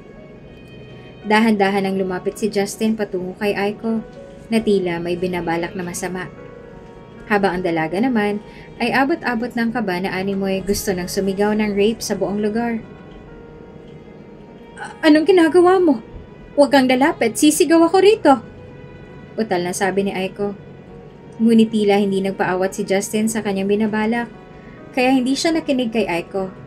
At isa pa ay soundproof ang buong suite, kaya kahit magsisigaw pa roon si Aiko, ay wala pa rin makakarinig sa kanila. Alam ko namang ito ang habol mo, hindi ba? Marami na akong na-encounter na ganyang babae, na kunwari ay umaarte sa una. Pero pagdating sa bandang huli, gusto lang pala akong maikama at matikman. Kaya ito na, pagbibigyan na kita. Hindi man pasok sa standards ko ang style mo, ayos na rin. Pasalamat ka na sa mood ako ngayon. Wika ni Justin at tuluyan ang nakarating sa harap ni Aiko. Bumilis naman ang tibok ng puso ngayon ni Aiko at nanginginig na sa kanyang kinauupuan. Ngayon lang ito naranasan ni Aiko dahil kailanman ay wala pa namang nangyari sa kanilang dalawa ni Ram. Ayaw pa niyang isuko ang kanyang pagkababae dahil para sa kanya ay sagradong bagay ito at hindi dapat basta-bastang ibinibigay o isinusuko kahit pa matagal na kayong magkasintahan ng isang tao. Ito rin kasi ang maipagmamalaki niya sa kanyang sarili na iniingat-ingatan niya sa tanang buhay niya. Hoy, nagkakamali ka. Wala akong ibang habol sa'yo, no? Lasing lang ako kanina, kaya wag mo pag-isipan yon ng masama. At isa pa, wala akong pakialam sa katawan mo. Sigurado ako na kahit hindi ko tikman yan, mas masarap pa rin ang pizza dyan. Kaya lumayo ka nga sa akin. Mataray na sabi pa ni Aiko, na asiwang-asiwa pa rin sa inaasta ni Justin na tila inaakit siya. Lumang estilo na yan, huwag ka na mag-inarte at pakipot. Huwag kang mag-alala, dahil after this, sisiguraduhin kong makakalimutan mong pangalan mo. And I will give you next and last chance para makasama pa ako. You want that? Tuloy pa rin ang pang-aakit ni Justin kay Aiko, kaya ang dalaga hindi na rin mapakali sa kanyang kinauupuan. Lumayo ka nga! Sigaw ni Aiko ngunit mabilis na naagaw ni Justin ang kanyang dalawang braso at saka tuloy na siyang inihiga sa kama. Please don't! Virgin pa ako! Nakapikit ang mga matang sabi ni Aiko. Para sa kanya ay iniingat-ingatan niya ito, ngunit mahirap pala siya aminin sa isang lalaki kapag nandun ka na sa isang sitwasyon na masusubok ang katatagan ng pagkababae mo. Seriously? Taas kilay na tanong naman ni Justin kay Aiko. Yes! Kaya please, umalis ka na riyan. Pagmamakaawa pa ni Aiko. Sa sinabit, pagtatapat na iyon ni Aiko ay tila nahimasmasan si Justin. Kusang sumunod ang kanyang katawan na kumalas sa mahigpit na pagkakahawak sa mga braso ni Aiko. Nilubayan niya ang dalaga at saka napangisi. Ito rin ang unang karanasan at pagkakataon na makatagpo si Justin ng isang birhen kaya hindi niya natinuloy ang kanyang pinaplano. Ayaw rin naman ni Justin na may mangyari sa kanila na napilitan lamang ang babae na malayo sa bokabularyo niya, kaya hindi na siya nagpumilit pa. Okay, you can use my condo. You can sleep over here dahil hindi rin naman kita hahayaang umalis ng ganyan ang itsura mo.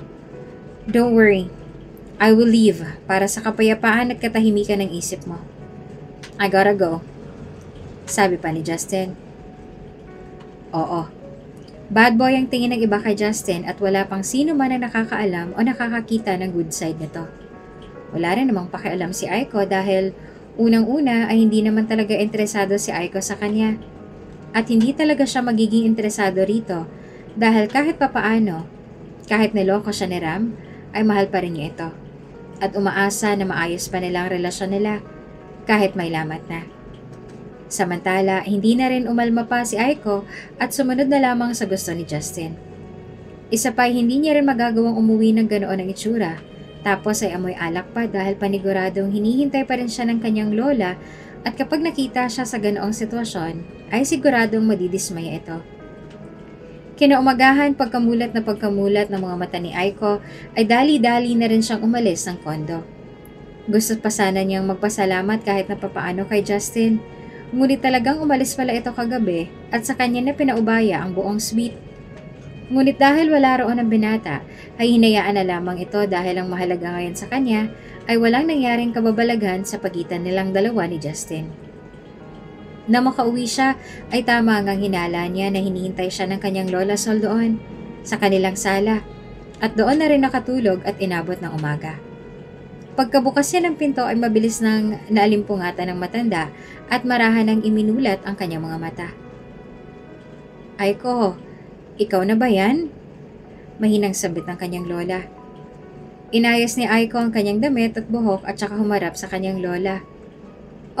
Opo, la. Ako na po ito. Magtuloy na po kayo ng tulog sa itaas. Huwag niyo na po akong alalahanin. Ali po kayo at sasamahan ko po kayo. Nilapitan niya ang kanyang lola at saka tinabihan sa may sofa na kinahihigaan ng kanyang lola. Ngunit sa halip na sumunod sa kanyang apo ay muli niya itong tinitigan sa kanyang mukha. Ayos ka lang ba, apo? Mahinahong tanong sa kanya ng kanyang lola Sol. Ilang segundo rin siyang natahimik bago nakasagot. Ayos lang po ako, lola. Huwag niyo po akong alalahanin. At huwag na po kayo mag-isip. Sige na po. Alam ko po hindi pa maayos ang tulog ninyo kaya magpahinga na po kayo sa taas. Tapos mag-aayos na rin po ako ng aking sarili dahil maaga pong pasok ko ngayon. Tara na po. Kahit masama pa rin ang loob ni Aiko at tabis pa rin nasasaktan ay kailangan niya pa rin ipakita sa lahat na malakas at lumalaban siya. Nakaya niyang pagsubok na iyon at hindi siya mahina. Kapag hindi rin niya kasi sinabi ang mga salitang iyon sa kanyang lola, ay hindi pa rin makakampante ang isipan at kalooban ng matanda, kaya pinagtakpan na rin niya ang kanyang nararamdaman. Huwag na lamang mag-alala pa ang kanyang lola Sol. Samantala, simula ng gabing yon ay hindi na nawala si Aiko sa buong sistema ni Justin. Inutusan niya ang kanyang sekretarya na ipa-check up kung sa DF Corporation nga ba ito nagtatrabaho bilang isang chief accountant. At nang mapatunayan nga doon nga ay tila biglang may pumasok sa kanyang isipan na isang desisyon. Ikaw ba talaga yan, Justin? Nagtatakang tanong ni Mr. Simon kay Justin na kasalukuyang nakaupo sa harapan ng kanyang ama ngayon sa opisina nito. Yes, Dad. Pumapayag na ako. You should be happy, right? At napag-isip-isip ko rin na hindi na nga ako pabata, kundi sa patanda na. Kaya kailangan ko nang ayusin ang mga desisyon ko sa buhay. Kaya sige, tinatanggap ko ng pagiging acting CEO ng DF Corporation. Wika ni Justin sa kanyang ama na buong-buo na ang loob. Napagdesisyon na ni Justin na tanggapin ang alok na iyon upang mas mapalapit kay Aiko, upang makontrol ito at mamanipula. There's something with Aiko na humuli sa diwa ni Justin, kaya biglang nagbago ang ihip ng hangin. Ikinagalak naman ito ng kanyang ama dahil sa wakas ay gagawin niya na ang bagay na ito ng kusang loob at hindi na napipilitan lamang. Masaya akong marinig mula sa iyo yan, iho. Kung ano man o sino man ang nag-udyok sa iyo niyan para tanggapin ang offer, ay masasabi kong makakabuti yan sa iyo. Next week, ipapakilala na kita sa buong kumpanya, kaya be ready. Masayang sabi ni Mr. Simon kay Justin. Next week? Hindi na ako makakapaghintay, Dad. I want to meet my employees na and share my ideas. Pwede ba ngayon na lang? Besides, I'm ready. Ready na ako, Dad. Pamimilit pa ni Justin. Saka gustuhang makitang muli si Aiko. Are you sure? Kunot noong tanong ni Mr. Simon kay Justin. Yes, Dad. Buong loob na sagot naman ni Justin. Wala na rin nagawa si Mr. Simon kundi pagbigyan ng hiling ng anak. Sa isip din niya ay minsan lang ito mangyari na mag-initiate si Justin. Kaya baka maudlot pa. Okay, I'll call my secretary there. Ipapaayos ko ang lahat ng kakailanganin mo roon, even your office. Then I'll call you if ayos ng lahat. Okay lang ba yon? Tanong ni Mr. Simon. Yes, Dad. Just make it quick, okay? Just call me. Nasa baba lang ako. Bye, Dad!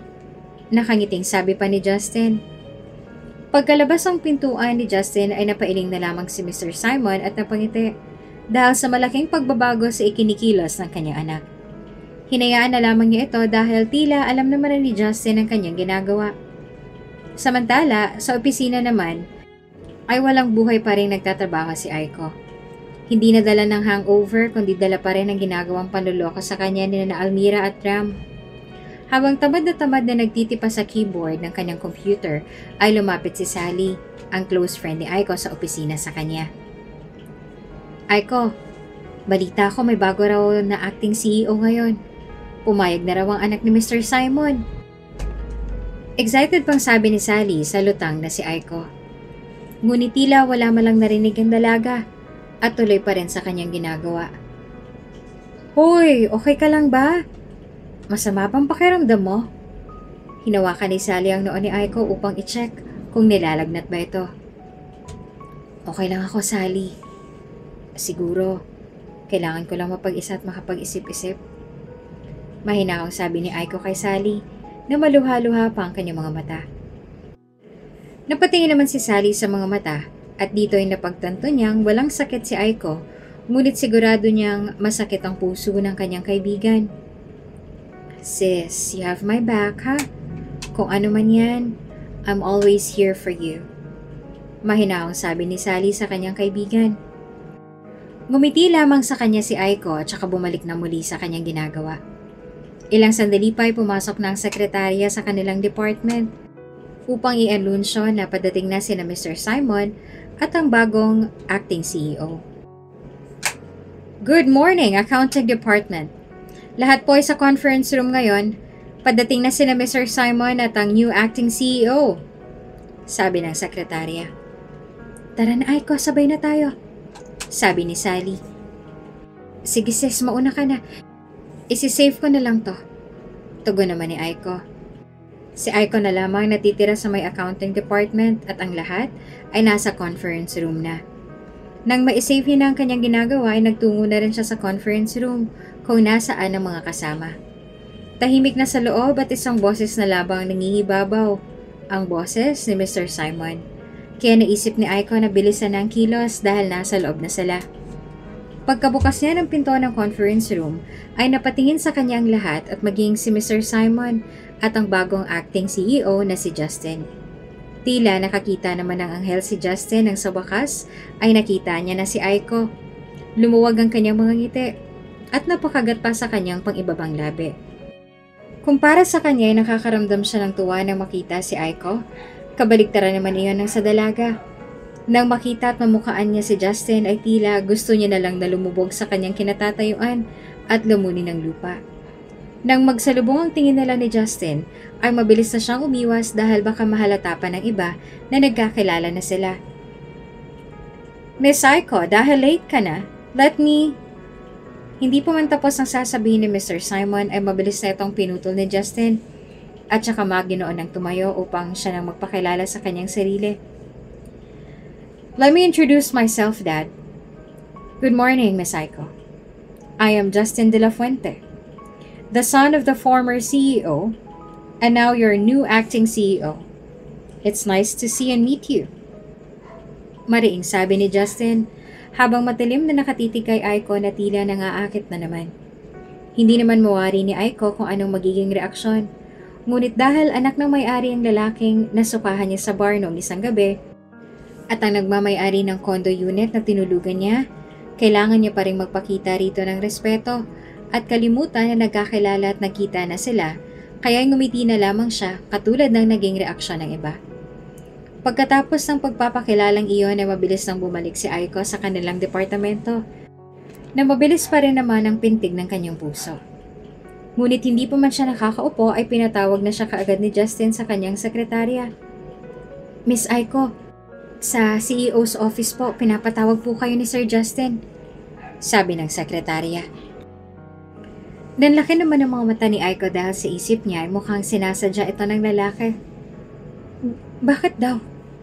Utal na tanong naman ni Aiko. I-present niyo raw po sa kanya yung last month report. Sagot naman ng sekretarya. Napakunot na lamang noon ni Aiko dahil sa walang katuturang utos ni Justin kaya ay sumunod na lamang siya. Nang matunton na ni Aiko ang harap ng pintuan ng opisina ni Justin, ay huminga na muna ito ng malalim bago tuluyan ang buksan ito at pumasok na sa loob. Sir, pinapatawag niyo raw po ako? Utal na panimula naman ni Aiko. Humarap naman kaagad sa kanya si Justin na hindi naman maitatangging mas lumulutang ang kagwapuhan kapag naka-black suit at ayos na ayos ang buhok nito. Mas mukhang profesional at kagalang-galang. Yes, please. Have a seat. Maginoong utos ni Justin kay Aiko at kaagad namang sumunod ang babae. Thank you. Utal na tugon naman ni Aiko at saka inilapag na sa mesa ang mga hard copies ng mga reports na kailangan ni Justin. Ito po sir yung mga reports na kailangan niyo raw? Sabi ni Aiko. Napatingin naman si Justin sa mga papel na iyon. May I see? Wika niya. Saglit lang niyang tinignan ng mga papel na yon na animoy na unawaan na talaga niya at saka binalik na kaagad kay Aiko. Okay na yan, I trust you. No need to check that dahil alam kong magaling ka. Nakangisi niyang sabi. Napataas naman ang kilay ni Aiko. Bakit niyo po ako pinatawag dito? Nagtatakang tanong naman ni Aiko kay Justin. Wala lang. Bakit? Masama ba? Tusong sagot naman ng lalaki na halatang kinukulit lamang ang babae. Umirap naman kaagad si Aiko at saka nagpaalam na kay Justin. Sir, marami pa po akong trabahong kailangang tapusin. Kung sa bar nakakapaglaro kayo, kapag wala kayong magawa, pues dito po sa corporate, ay hindi. At dapat na seryoso kayo. Mauna na po ako. Mataray na sambit ni Aiko na tila nakalimutan niya yata ang CEO ang kausap niya. Napagtanto niya lamang ito nang makalabas na siya ng opisina. Shucks! Ano ba yung nasabi ko? Ay, bahala na nga. Ang tanga-tanga ko talaga. Mahinang sabi ni Aiko sa kanyang sarili. Hanggang sa makalipas ang mga araw ay patuloy pa rin ang pagpapapansin ni Justin kay Aiko na hindi niya akalaing mangyayari sa kanya to. Tila na love at first sight nga ang binata sa unang pagkikita pa lamang nila ni Aiko doon sa bar. Ngunit tila wala namang pakialam dito si Aiko dahil unang-una ay wala pa silang formal na closure ni Ram at umaasa pa rin siya sa kanyang nobyo. Sa kabilang banda naman ay nadatna ni Aiko si Almira na kumakain habang siya naman ay kararating lamang galing sa trabaho. Pagpasok ni Aiko ay napatingin lamang siya kay Almira na tila walang pakialam sa nangyari sa pagitan nila. Nilampasan lamang ito ni Aiko ngunit pinigilan siya ni Almira. Aiko! Tawag ni Almira na parang walang nagawang kasalanan. Huminto naman si Aiko. Gusto ko lang malaman mo that I'm not sorry for what I've done. Dahil si Ram naman ang nag-insist. Kaya pinagbigyan ko lang. And secondly, may namumuo ng connection sa aming dalawa. Para lang sa kaalaman mo. Dahil baka one day, baka mabigla ka na lang na kami na ni Ram. At least maaga pa lang ay sinasabi ko na sa'yo. Wika pa ni Almira. Pinilit na lamang napakalmahin ni Aiko ang kanyang sarili dahil kahit napapaano ay kapatid pa rin niya si Almira. Pero sa pagkakataong ito ay tila sumusobra na si Almira kaya ay pinatulan niya na ito. Ano bang kasalanan ko sa'yo, ha? Bakit mo ba ginagawa sa akin to? Kung ang idadahilan mo naman ay ang walang katapusan na pangungumpara na yan, pues paulit-ulit ko ring sasabihin sa'yo na hindi ko kasalanan kung bakit miserable ngayon ang buhay mo. At ang tanging alam mo lamang na gawin ay manira ng buhay ng mga inosenteng tao. Pagkasabing yun ni Aiko, ay kaagad na lumagapak ang isang malakas na sampal sa kanyang pisngi mula sa mga palad ni Almira. Walang hiya ka. Sinasabi ko na nga be, pasanta-santita ka ba?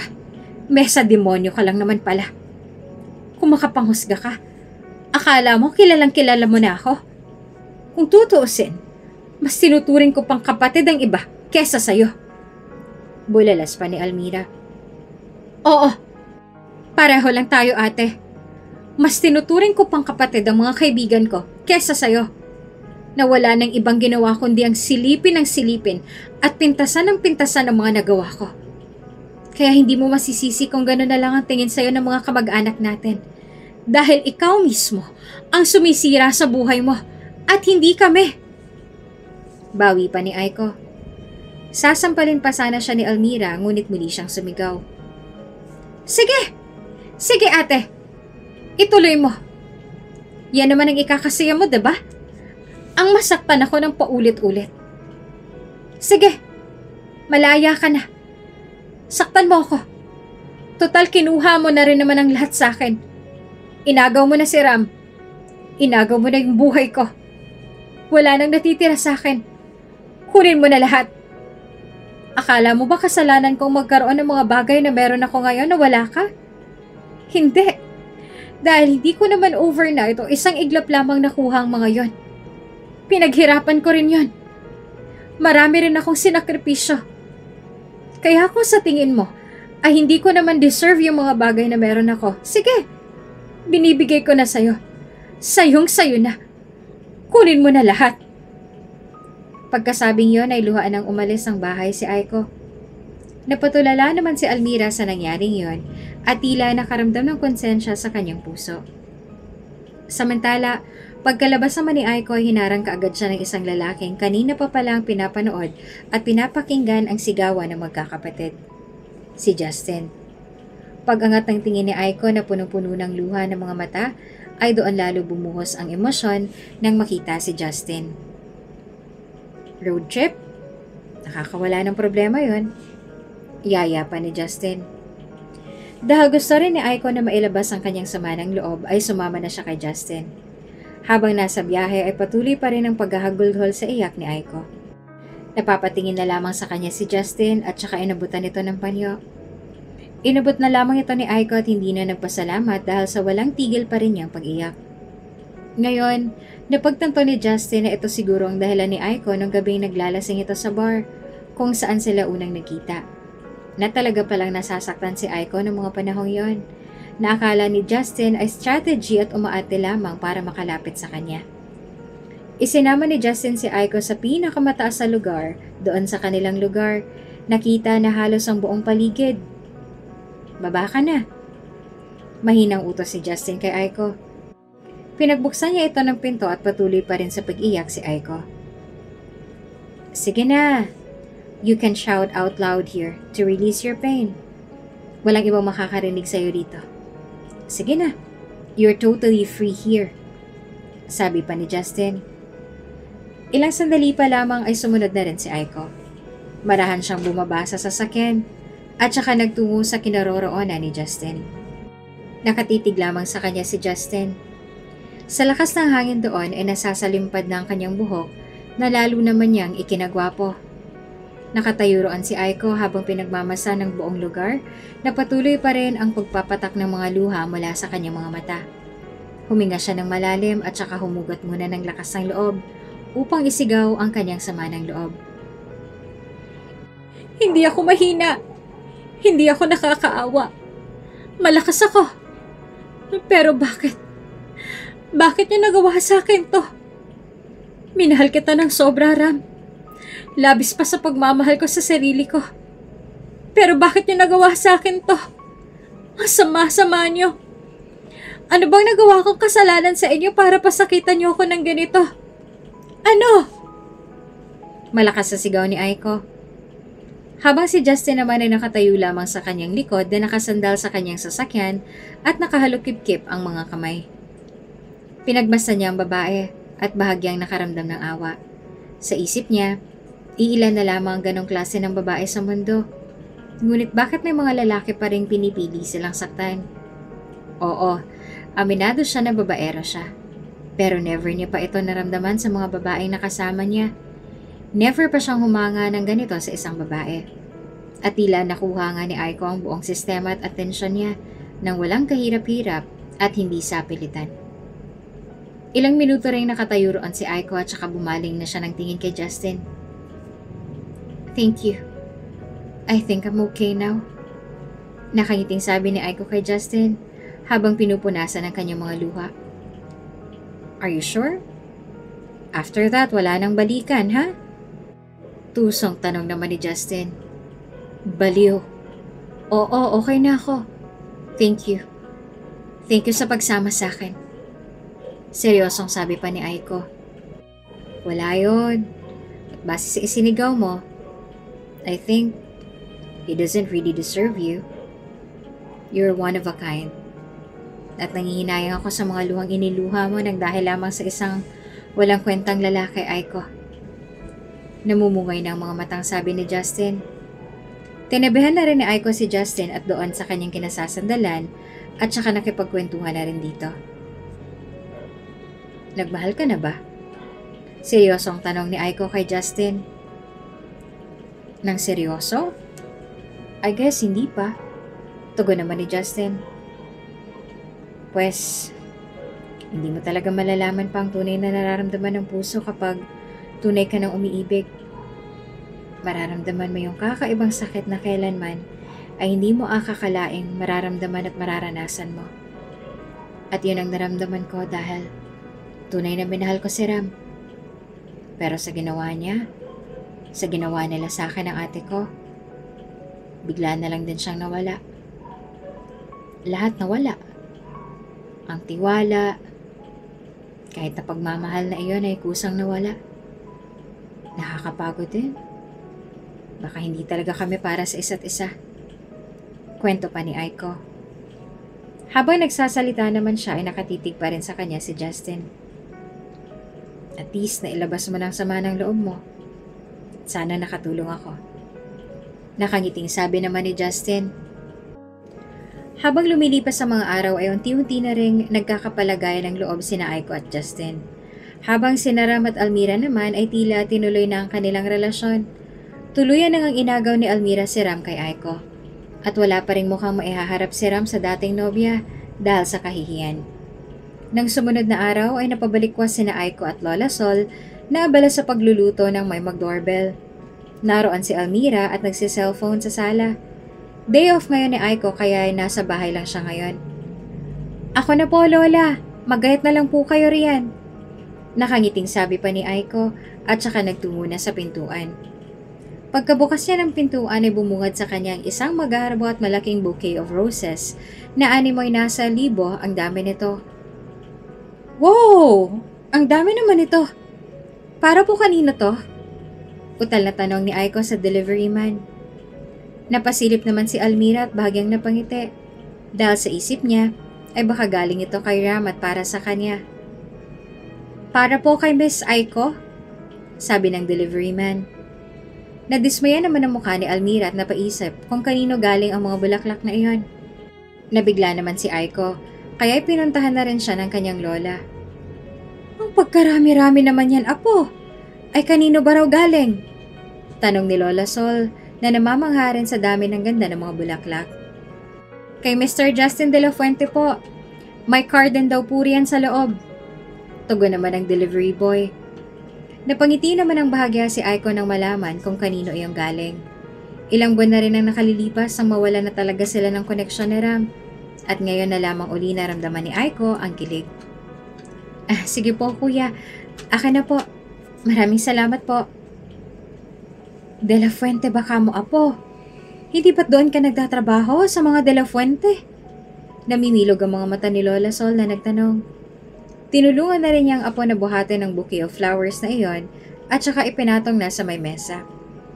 Tahimik lamang na nakamasid si Almira sa ginagawa ng dalawa na tila naiintriga. Katulad ng sinabi ng delivery man ay may card daw na nakalagay doon kaya kaagad niya itong hinanap. Pagkakita niya sa card ay kaagad niya itong binuklat at binasa at ito nakasulat. Labas ka! Pagkabasang yon ay tila nagtaka si Aiko kaya sumunod na lamang siya sa nakasulat doon sa card. Pagkalabas niya ay nakasunod na rin sa kanya ang kanyang lola at nakasilip na si Almira sa may bintana. Doon niya nadatnan si Justin na nakatayo habang nakangiti sa kanya. Nanlaki naman ang mga mata ng kanyang Lola Sol at ni Almira dahil sa likod ng lalaki ay may malaking banner na may nakasulat. Lola Sol, maaari ko po bang ligawan ng inyong apo? Hindi naman makapaniwala si Aiko sa natutunghayan niya ngayon. Hindi niya akalaing ang isang Justin de la Fuente na babaero, mayabang at walang direksyon ng buhay, ay mag-aabala ng ganito para lamang sa kanya. Matagal na rin namang naghilom ang sakit sa puso niya na dulot ni na Almira at Ram. Kaya sa tingin niya ay deserve na rin naman niyang sumaya. Hindi katulad ni Ram, never pa itong dumalaw sa kanyang bahay at kailanman na hindi pa nakakwentuhan ng kanyang lola dahil ang gusto ni Ram ay laging may mangyari kaagad sa kanila. Kaya hindi na rin siya nakapagpalagay ng loob ng kanyang lola kahit umabot sa 1 taon ng kanilang relasyon ng pagganon-ganon na lamang. Ngunit para sa kanya, kung mahal mo talaga ang isang tao, handa ka dapat na maghintay para sa kanya. Handa ka magsakripisyo para sa kanya. At yon ang hindi nagawa ni Ram. Kaya noong tinangka nitong muling makipagbalikan kay Aiko ay hindi niya na ito pinayagan at hinayaang makapasok muli sa kanyang buhay. Samantala, habang nakatayo roon si Justin ay hindi naman mapigilan ni Aiko ang mapangiti dahil hindi talaga siya makapaniwala sa kanyang nababasa ngayon na hindi na permiso niyang kanyang kailangan ngunit ang permiso na ng kanyang lola at ito ang hindi nagawa ni Ram. Napayakap naman si Lola Sol sa kanyang apo na si Aiko at saka napangiti. Ay, oo naman iho. Basta malinis ang intensyon mo sa aking apo ay walang problema sa akin. Nakangiting sabi naman ni Lola Sol. Maraming salamat ho, Lola Sol. Huwag ho kayong mag-alala. Nung unang araw pa lang po kaming magkita ni Aiko, ay sigurado na ako sa aking sarili na malinis ang intensyon ko sa kanya. Kaya Aiko, wala ka na magagawa dahil pumayag na si Lola Sol. Wika naman ni Justin. May magagawa pa ba ako? Parang kinorner mo na kami. Nakangiting sabi naman ni Aiko. Simula noon ay hindi na rin mapaghiwalay ang dalawa. Hanggang sa tuluyan na ngang sinagot ni Aiko si Justin. Tanggap naman ito ng kanyang ama at hindi na rin tinuloy ng arranged marriage nila Sana ni Luna dahil parehas naman nilang tinutulan ito. Naghiwalay na rin si Ram at Almira dahil katawan lang pala ang habol ni Ram sa kanya. Kaya labis ding nasaktan ng dalaga. Muling bumalik ang kanyang loob sa kanyang lola at lalong-lalo na kay Aiko dahil kagaano man naging miserable ang buhay ng isang tao. Marami mang nagawang kamalian, bandang huli ay pamilya pa rin ang nananatiling sandigan.